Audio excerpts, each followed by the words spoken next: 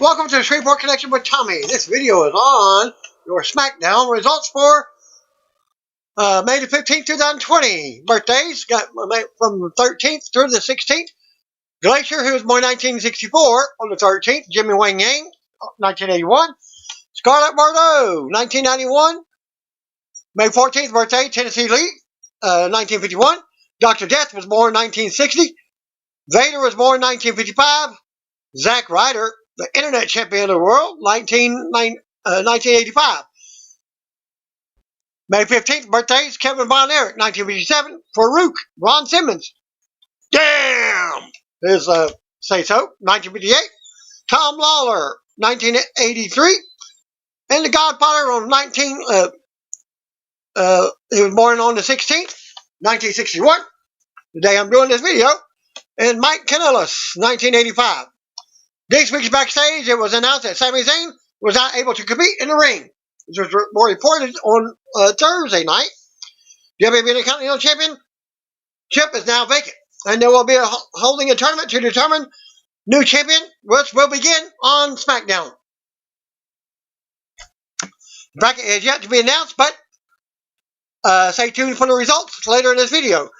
Also, behind the scenes, Zayn has not been appearing on WWE TV due to concerns over the COVID-19 pandemic, and he is stuck in Canada. Zayn has not appeared on WWE TV since night 1 of WrestleMania 36, which was taped a few nights before it aired. The show that saw Zayn retain his title over Daniel Bryan. Zayn has not appeared on SmackDown since April 3rd episode, which was WrestleMania Go Home Show. Earlier in the day, Zayn tweeted out, "Hope everybody is doing okay." WWE on Fox Twitter account says, breaking news, as Sami Zayn is unable to compete and defend the Intercontinental Championship, therefore WWE had declared the title vacant. A tournament to crown a new champion will begin on Friday night SmackDown on Fox. Sami took to Twitter on Friday and issued a statement on the ruling. "I disagree with the decision, and no matter what anyone says, I am still undefeated and therefore still the Intercontinental Champion," Sami wrote.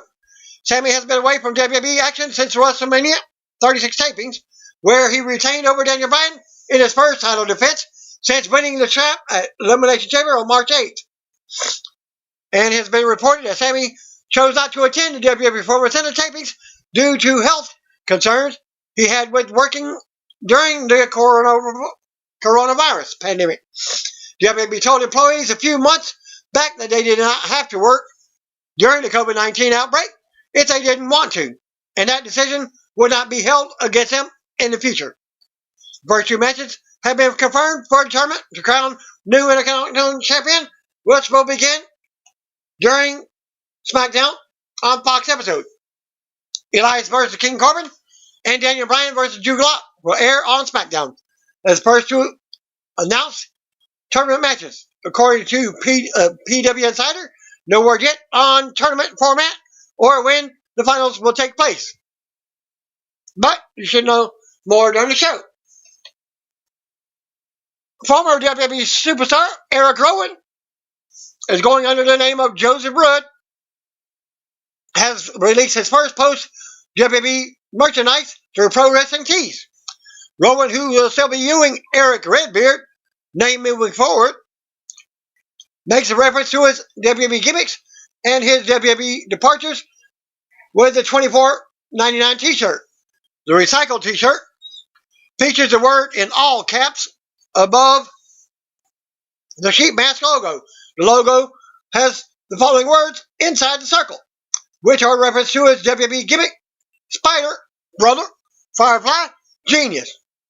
The carved skull t-shirt features the Eric Rowan Redbeard face logo. The Redbeard Lives t-shirt has those words on a tombstone, which has April 15th, 2020 as the date. That is the day that Redbeard was released by WWE, along with several other talents as part of the company-wide cuts brought on by the coronavirus pandemic. Redbeard's WWE no compete clause expires on July 15th. You can see a graphic, this link for t-shirts in the tweet. Regular episodes of 205 Live will reportedly return to WWE Network this week after SmackDown, as they have taped a few episodes. Only got one result. WWE projecting more content at the Performance Center in Orlando this week, and PWInsider reports that 2 weeks worth of 205 Live episodes were filmed. So they're not doing any more personalized documentaries. 205 Live episodes taped reportedly run for only 30 minutes. Several of the episodes from February, March, and April also ran for around 30 minutes. Last 4 episodes on 205 Live have been matches that may be special editions of Oney Lorcan, which was the latest episode. Last episode, last week, the Singh Brothers, Ariya, Daivari, and the Brian Kendrick was the first one. WWE reportedly taped Monday's Raw and Friday's SmackDown on Monday, then the May 18th Raw and the May 22nd SmackDown on Tuesday. Then the last night's WWE NXT, Wednesday night's NXT, and next week's NXT on Wednesday of this week. 205 Live episodes were also taped. WWE is not scheduled to return to Performance Center for another round of tapings until Monday, May 25th, Tuesday, May 26th, and Wednesday, May 27th. 205 Live airs at 10 p.m. Eastern Time each Friday night on the WWE Network. Right after SmackDown on Fox goes off the air. Veteran WWE superstar Mickie James has called out new Raw Women's Champion Asuka, as Asuka posted a tweet this week and seemed to challenge any potential contenders. She wrote, calling out around the world, "Are you ready for a brand new beat?" Mickie responded on Thursday afternoon and said she's never been handed anything in WWE and would happy to come to take the title from Asuka. Mickie wrote, "Come to think of it, at WWE Asuka, I've never been handed anything in at WWE before, especially a trophy emoji, hashtag WWE Championship ever, 4-leaf clover emoji, smiling face with horns emoji. I'd be happy to come over and rightfully take it from you. This time, you wouldn't be so lucky. I got your beat, raised you a sweet solo. Now, let's do it. Winking face with tongue emoji, kiss emoji." Asuka has not responded to Mickie's tweet as of this video. Hopefully I get it uploaded this weekend. I've been behind lately, but I'm working on them. Mickie has been out of action since undergoing knee surgery in July of last year. She did commentary on WWE Main Event while away from the ring. No word yet on when she will be back in action. WWE currently has her listed on the SmackDown roster. Singer Chilli of TLC fame, who is a noted pro wrestling fan, tweeted today that she's still waiting to step into the ring with a member of the WWE Women's Division. She tagged WWE Chief Branding Officer Stephanie McMahon. Chilli made the comments while responding to a fan who said that they want to see her sing American the Beautiful at WrestleMania. She wrote, "I'm still waiting to get inside the ring with a diva at Stephanie McMahon at WWE." Stephanie has not responded to the comment as of this video either. WWE Hall of Famer Mark Henry did invite her to come on Busted Open Radio tomorrow to get the ball rolling on her WWE in-ring debut. I have not, since I'm doing this video on Saturday, the 16th. That's why I got the extra day of birthdays. Stephanie has not responded yet. WBGR Sports and Entertainment Network, LLC, has applied to trademark Lio Rush, according to PWInsider. Since he's left the company of WB, the Maryland company applied for G&S Entertainment Services in the nature of pro wrestling athletes. The professional athletes competing in professional wrestling or sports entertainment. Becky Lynch fans were left equal parts of disappointed and overjoyed by the recent news that the now former Raw Women's Champion would be relinquishing her title and taking some time off to be a mother. As I predicted her leaving WWE, but I did not predict her being pregnant. I believe that was about 3 weeks ago when I predicted her leaving WWE. The announcement seemed to come out of nowhere, but WWE was clearly known since at least before Money in the Bank pay-per-view was taped, because it looks like plans were all altered accordingly. Most had expected the Senior Baszler to win the Money in the Bank ladder match, and according to Wrestling Observer newsletter, that was indeed the original plan. The Queen of Spades would then have feuded with the man throughout the summer. Bex was set to face Nia Jax at the pay-per-view with the championship on the line and would have retained, which would have set up Baszler versus Lynch for the title. Now that Asuka is champion, we assume Baszler will be her first challenger, but that obviously remains to be seen. There's been a lot of speculation about Bobby Roode being absent from WWE in recent months, especially as he was suspended by WWE for his first violation of the company's wellness policy not too long before WrestleMania. While we've seen plenty of chatter online attempting to explain his absence, the latest Wrestling Observer newsletter finally cleared things up. On Monday's episode of Raw, Becky Lynch revealed to the world that she's pregnant and presented her Raw Women's Championship to Miss Money in the Bank, Asuka. So she didn't have to even have a match to get it. She was just given a title. It goes without saying that we won't see the man for the next year or so. But what about beyond that? As a new mother, it's impossible to imagine Lynch ever working a full-time WWE schedule again. Dave Meltzer argued that there's a chance we won't see former Raw Women's Champion wrestle again down the line. In her words, she never addressed the issue of coming back. He started saying, far more than men, a lot of women leave wrestling young, largely to have real lives that the old wrestling schedule really didn't allow. Few of the women on the circuit have kids, and the ones who want them usually leave. Beth Phoenix and Trish Stratus were most notable for leaving and then starting a family, and as well as Christy Hemme. She hasn't returned to wrestling since having her first child. Mickie James did return full-time. Brie Bella returned, but never wrestled much after giving birth.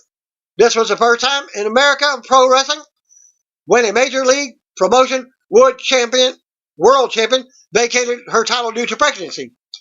It's no secret that Lynch has received interest from Hollywood. She's recently appeared in Billions and is reportedly in an upcoming movie or TV show. So we could see her transition into that after spent some time at home. For now, we'll have to wait and see. WWE officially announced a new collaboration with the King of Fighters ALLSTAR mobile game. It was revealed that the collaboration will run until Thursday, June 4th. But WWE Superstars Collection will be permanent additions to the players' rosters. The Rock, John Cena, Undertaker, Seth Rollins, Becky Lynch, and SmackDown Tag Team Champion Kofi Kingston are playable characters. In addition to playable characters, collaboration also features WWE-themed events, dungeons, and more. The update is available for now for Apple, iOS, and Android devices. According to Dave Meltzer, Roode is neither suspended nor injured and is in fact the same situation as the Singh Brothers. Living in Canada means that he's unable to travel into the United States. So that isn't the case of him being unwanted or unwilling to do tapings for WWE. He simply can't leave his home country at the present time. This has been a problem for a number of talents, including Pete Dunne and NXT Cruiserweight champion Jordan Devlin, who lives in the UK. A certain lawyer that I know says he can leave at any time. And he lives in London, England. This has been a problem for a number of talents. I've already read that. Meltzer also noted that a lot of other Canadian talent has moved to Florida, so they're not facing the same issues. As for Roode, his last appearance was back in March when he teamed up with Dolph Ziggler to challenge for the SmackDown Tag Team Championships at Elimination Chamber. WWE is still using local enhancement talents for various non-wrestling roles at the closed set performances at the Performance Center tapings in Orlando. The medics who attended to Rey Mysterio on Raw were Chico Adams and Mike Reed. Adams and Reed have both appeared on WWE TV and AEW TV during the recent coronavirus pandemic tapings. As reported 1st of March, Lio Rush was one of the several wrestlers that WWE released due to budget cuts brought on by the COVID-19. The most recent star to be released because of budget cuts is now being NXT star Rachel Ellering, Paul Ellering's daughter. Her NXT name, Rachel Evers. According to PWInsider, AEW star Jimmy Havoc applied to the trademark to his wrestling name for GNS. Entertainment Services too, that I spoke about earlier. Havoc also wrestles in Major League Wrestling, MLW. You can catch those links on the MLW Fusion on my Wednesday night results from NXT and AEW. The most recent episode of Main Event took place at the Performance Center and was taped in advance before airing on Hulu. The content for this week's edition of Main Event, dated May 15th, 2020, was taped at the Performance Center in Orlando, Florida. Following are the show's results for anyone who has yet to see the episode on Hulu. Jinder Mahal defeated Denzel DeJournay by pinfall. Bianca Belair defeated Ruby Riott by pinfall. SmackDown on Fox opens up with highlights from last Sunday's Money in the Bank main event. Live from the tape delay from the closed set from WWE Performance Center in Orlando has Michael Colesaw welcoming us. Joined him by Corey Graves. And they hyped tonight's appearance by WWE NXT Women's Champion Charlotte Flair as a part of the brand to brand invitational. We go right to the ring, and The Miz is out for another must-see edition of Miz TV, and John Morrison is with him. They do simulcast of their Miz TV. Miz goes to begin his intro, but the music interrupts, and out comes his guest, Money in the Bank winner, Otis. Otis is carrying his briefcase and is going wild. Otis takes a seat and breaks the seat from the director's chair. He says he thinks he will stand. Miz congratulates Otis on the biggest win of his career. Otis says this is the biggest win of his career, but the biggest win of his life is winning over his beautiful peach, Mandy Rose. Morrison wonders how Otis pulled Mandy. Morrison says he must be packing some good meat. In the briefcase, of course, Miz gets Otis to reveal that he has the contract in the briefcase and some Rolaids, Gas X, and Bratwurst for later. And Miz mentioned how Otis didn't even climb the ladder, as it just fell in his hand. They go on, and Morrison asks Otis if he's pregnant. Miz says Otis is a man. Morrison says anything is possible because it's 2020. They say Otis should do the responsible thing and hand the briefcase over like Becky Lynch. We get some more comedy, and Miz shows us some photos of Otis as a kid. Otis said school didn't go well for him because he had a learning disability, but his mother helped him so he could be there for sports. They go on, and Miz can't take Otis seriously. Miz used the briefcase to elevate his career, and Otis is using it as a lunchbox. Miz continues ranting, and Otis asks if he has a problem. Otis is the problem. Miz says Otis is one step away from Universal Champion, from being the face of SmackDown. Miz says he can't take this anymore. He tells Otis to call Tucker out here so they can have a match. Otis says Tucker was unable to make it tonight because of some illness. Miz says Otis can't even make a tag team match right. Miz goes on running him down and tells him to find a partner who will want him to team with the human version of Shrek. Miz raps his rant and the music hits as he and Morrison hits his back as Otis clutching his briefcase. Coleslaw and Graves rebuilt the matches for the tournament to crown WWE Intercontinental Champion after Sami Zayn was stripped. Raw's AJ Styles versus Shinsuke Nakamura. Elias versus King Corbin. Sheamus versus Jeff Hardy. And Drew Gulak versus Daniel Bryan. Which was 2 matches were later. We go back to the ring for tonight's first match in the tournament for the vacant WWE Intercontinental title. Elias makes his way out as Greg Hamilton does ring introductions. Coleslaw sends us to a video package on the Corbin versus Elias feud. We go to the commercial. Back for the break. Out comes Corbin. Bell rings. Yeah, and the constipated one. I was calling him Triple C. The bell rings and they go at it, trading strikes. Going from corner to corner. Corbin goes for a cheap shot, but Elias kicks him. Elias turns around with a big boot, but Corbin drops him and goes for a half crab, but Elias kicks him away. Corbin with more offense to drop Elias for a 2 count. Corbin tries to ground Elias, but Elias fights back to his feet. Elias' arm drags Corbin, but Corbin comes right back and keeps him down by his arm. Corbin grounds Elias and drives elbows into him while talking trash. Elias fights free and mounts him offense. Elias with a counter before kicking Corbin out. Corbin runs right back in, but Elias ends up sending him right back to the floor. Elias goes back to the top and leaps down to the floor, taking down Corbin in front of the announce table. Referee counts.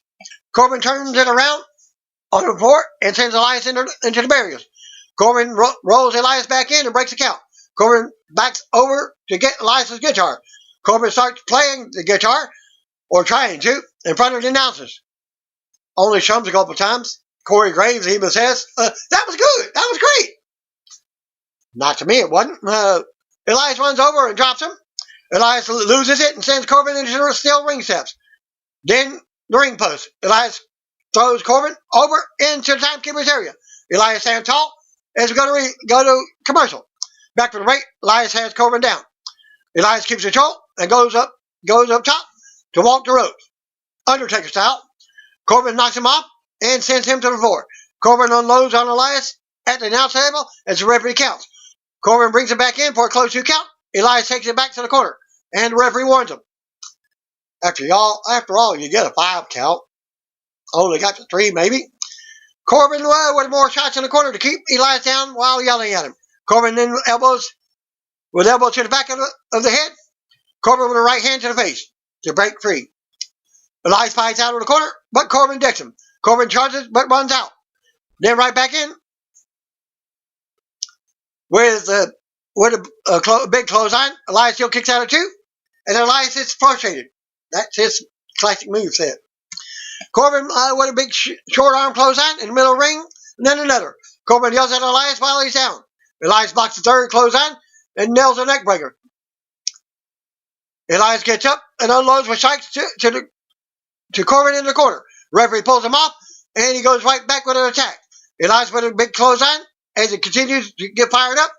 Elias rocks Corbin again, forcing him down on his face. Corbin kicks out of 2. Elias drops a knee to the face. Elias goes back to the top, but rolls through as Corbin gets up and moves. Corbin grabs him and rocks him after they tangle. Corbin runs out and right back in again. But Elias ducks the clothesline. Corbin comes right back with a spine buster for a 2 count. Triple H style. Corbin takes Elias to the top for a superplex. Elias slides down and gets Corbin on his shoulders. Corbin escapes and nails a big choke slam in the middle of the ring. Elias kicks out 2. Corbin yells at Elias while beating on him. Corbin goes to the floor and shatters Elias' guitar over the ring post. Then throws what's left on the ground. Corbin comes right back in, but Elias meets him with a jumping knee out of nowhere.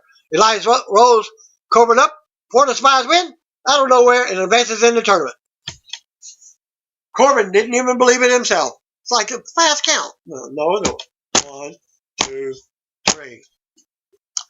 After match, Elias stands tall as we go to replays.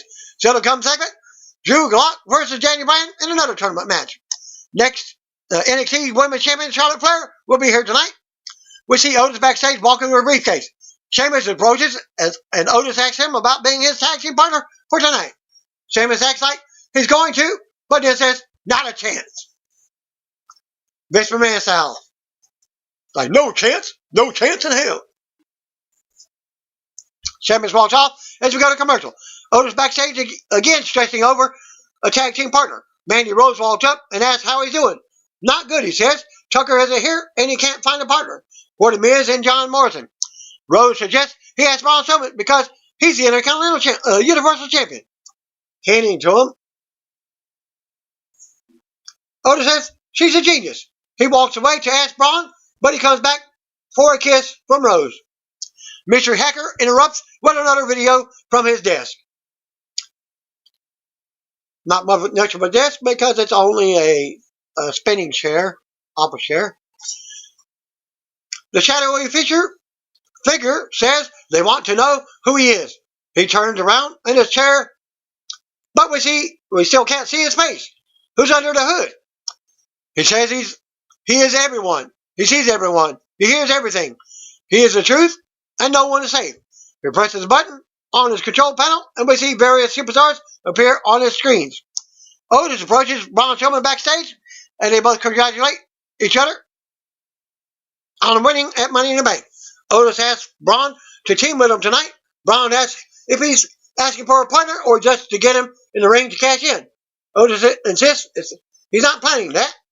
Braun knows how the game is played, but he has respect for Otis, and he'll think about it. Braun walks off, and Otis mumbles to himself. Back to commercial. No decision yet. Naomi versus Dana Brooke was up next. Back to the ring. Out first comes Naomi for the next match. Dana Brooke was also out. Of course, her opponent. The bell rings and they go at it. Naomi with an early roll up for a 2 count. Brooke comes back, but Naomi unloads and sends her into the corner. Naomi with a running splash. She's got her neon boots as they look like they're lighted up and they don't go flashing.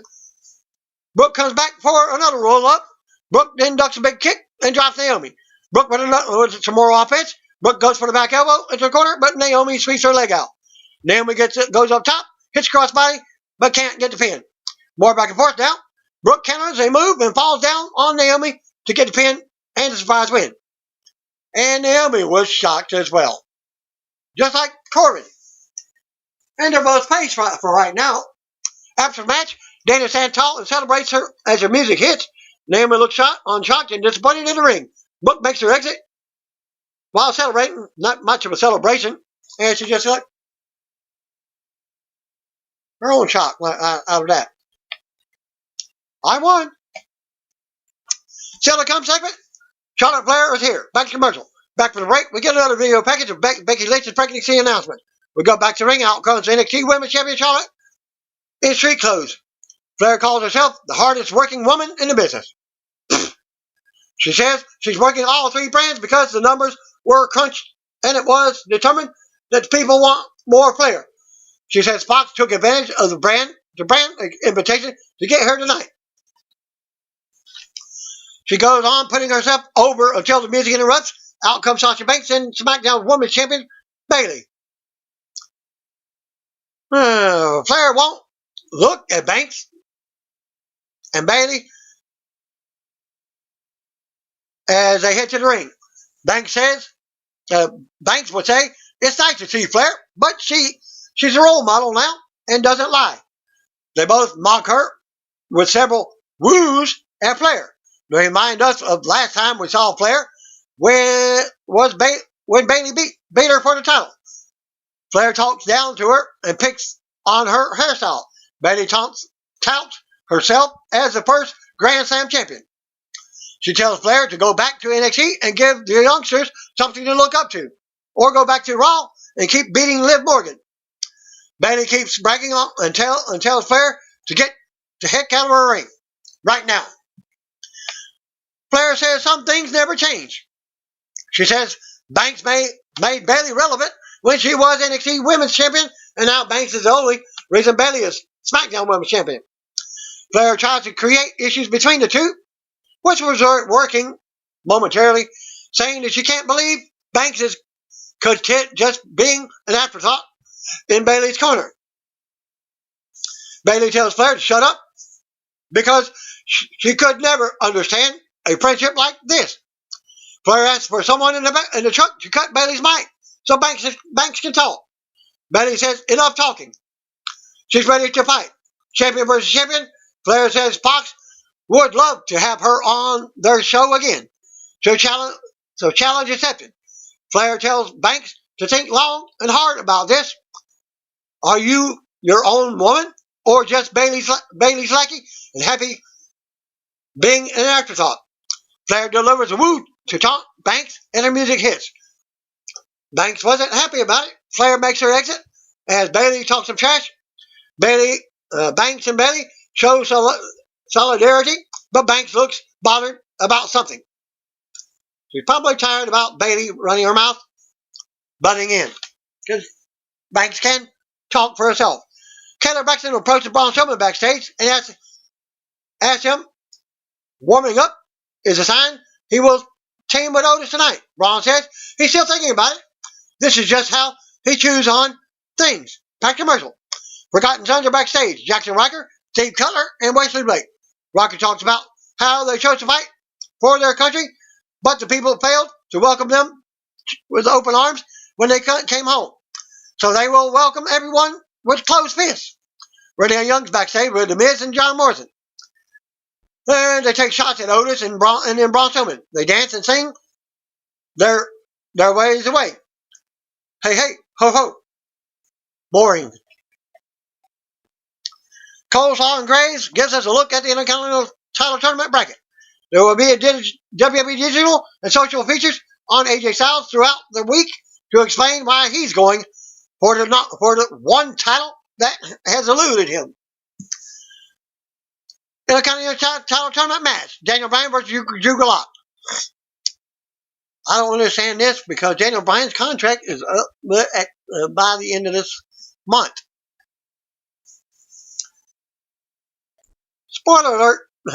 Well, it's not spoiler because it's already happened. Daniel Bryan beat Gulak, but here's how it happened. We'll go to the ring for the next match in the tournament. And they are tag team partners, if you don't remember. And the new champion, Vacant, who has a title. And Daniel Bryan makes his way out. Back to commercial. Back to the ring. Coleslaw goes over to WWE winning in the Shorty Awards. Bryan waits in the ring as his partner Drew Gulak comes out to wrestle him. They size each other up and go at it. Bryan takes Gulak down, but Gulak locks in a head scissor.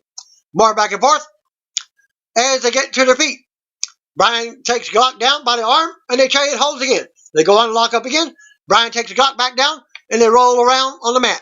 Gulak with the scissors again. Bryan gets to the bottom rope to escape, and the referee counts before Elias breaks it. Thanks to Misfit for the report. Bryan and Gulak stare each other down before locking up again. The winner of this match will face next week's match, Sheamus versus Jeff Hardy. Gulak blocks a double underhook and back drops Bryan in the middle of the ring. Bryan keeps it up and slams Gulak. Going right into the armbar attempt. More back and forth. The pin attempt on the mat. They lock up again. Bryan focuses on the arm and they trade more holds. Submission holds, that is. Gulak counters and dumps Bryan over the top rope to the floor. Back to commercial. Back for the break. Gulak has Bryan grounded once again in the middle of the ring. Gulak with a belly back suplex for a 2 count. Gulak with a full Nelson on the mat. Bryan tries to fight free by driving Gulak's knee into his knee twice. Gulak keeps the headlock applied. Bryan finally breaks it and nails the dragon screw leg whip. And then another. Bryan continues to focus on the ankle now. Bryan applies the ankle lock, but Gulak goes for the ropes to break it. Bryan with a German suplex for a 2 count. More back and forth between the two. Gulak drives Bryan into the mat on his neck, but Bryan still kicks out at 2. Gulak with another full Nelson. Bryan gets out of it, and they tackle some more. Bryan with a big release German suplex. More back and forth and close calls. Glock dodges the running knee. Glock drives Bryan into the mat for a 2 count for himself. Bryan with a 2 count of his own. A counter. Bryan gets his Dragon Sleeper applied in the middle of the ring. Bryan rolls through to break it and goes for the yes lock, but Glock resists. More counter between the two. Bryan with a Dragon Screw again, sending Glock's knee into the leg and leg straight down into the mat. Bryan with a heel hook in the middle of the ring. Glock rolls and tries to get free, but Bryan keeps it locked, and Glock taps out for the finish. After the match, Bryan stands tall and go to replays. Bryan will now face the winner of Sheamus versus Jeff Hardy, which takes place next week. Renee interviews Bryan in the middle of the ring and asks what it would mean to win the title. He talks about being forced to forfeit the Intercontinental title when he had to retire. And he's never gotten another shot.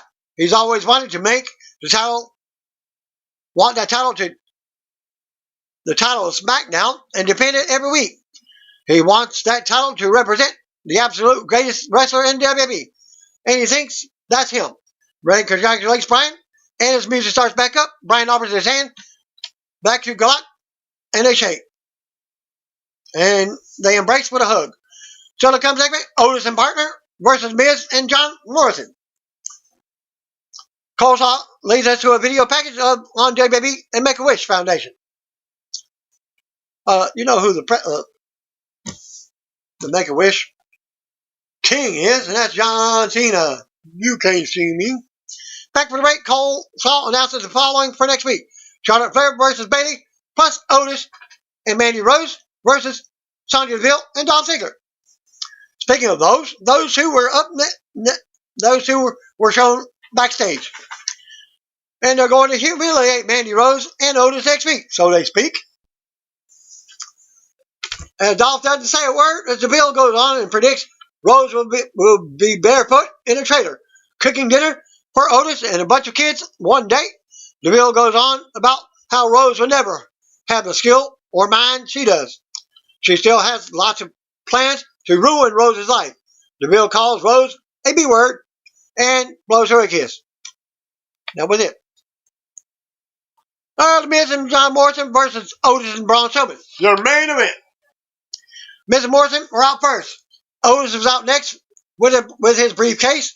Miz and Morrison taunt on him until the music hits, and out comes WWE Universal Champion Braun Strowman, who will be his partner. Otis starts over to Morrison and they go at it. Morrison is unable to drop Otis as he just dances around. With his pelvic thrust, Otis with a shoulder tackle, Otis goes on and drives Morrison into the mat. Then knocks Miz off the apron. Otis slams Morrison into the ring and tags in Braun. Otis gets Braun to do the caterpillar with him. Braun can barely do it. Then they drop the double elbow on Morrison. Miz and Morrison retreat to the floor for a breather as we go to commercial. Back for the break, Miz is in control of Otis. We see how I used Thumbsy Eye during the break. Miz with it kicks in the corner now. Miz charging with a few running shots to Otis in the corner.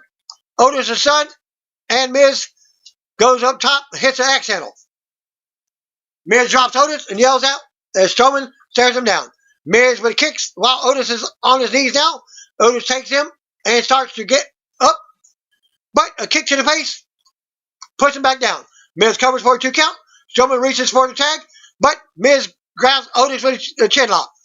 Otis starts to fade now. Otis ends up nailing a double suplex and tagging in Braun. Braun runs in and unloads on both opponents in the corner.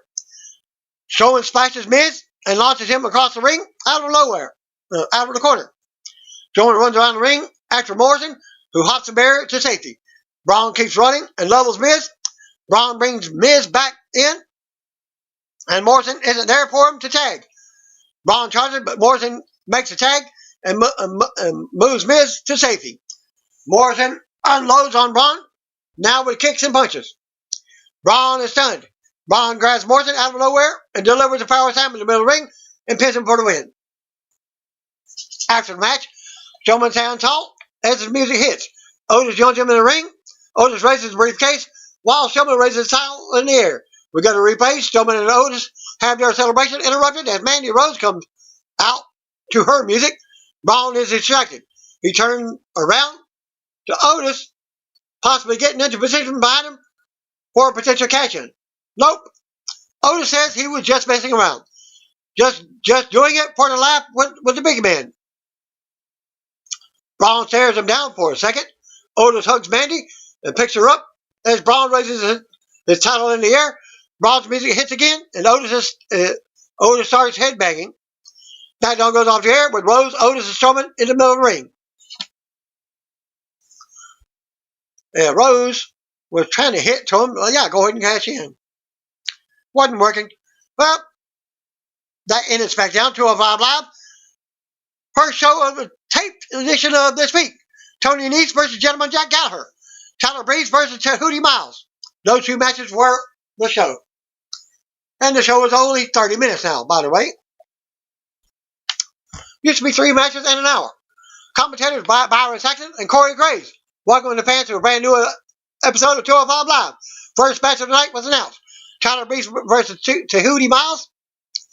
Hootie Miles starts the match off by throwing a towel towards Tyler Breeze. Breeze looks shocked by the lack of respect Miles has shown him.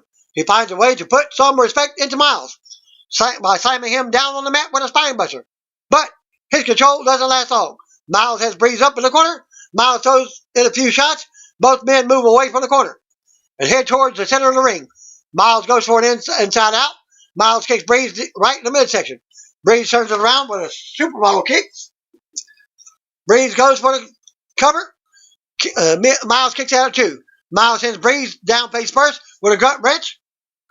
Suplex. Miles with a cover. Breeze still kicks out of 2. Breeze ends the match with an arm prettier. Breeze goes for his last cover and wins the match. Before Tony Nese and Gallagher's main event match starts, a video recap with 10-man elimination tag team match from 2 months ago was shown, showcasing when and how their feud began. And now your main event. Tony Nese versus Jack Gallagher. Gentleman Jack Gallagher. Not bringing his umbrella to the ring anymore. The bell rings. Tony Nese pushes Gallagher up towards the corner. They reset the match. Goes for a takedown. Nese goes for a takedown. Keeping Gallagher's leg locked. Gallagher rolls out of a submission hold and lands a few shots. Then a kick to the back of Nese's leg. Nese has Gallagher in a front face lock, which then transitions into a side headlock. Gallagher reverses the hold into a crucifix pin. Nese puts his shoulder up at 2. Nese has Gallagher in a Boston Crab submission. Gallagher finds an opening and maneuvers out of it.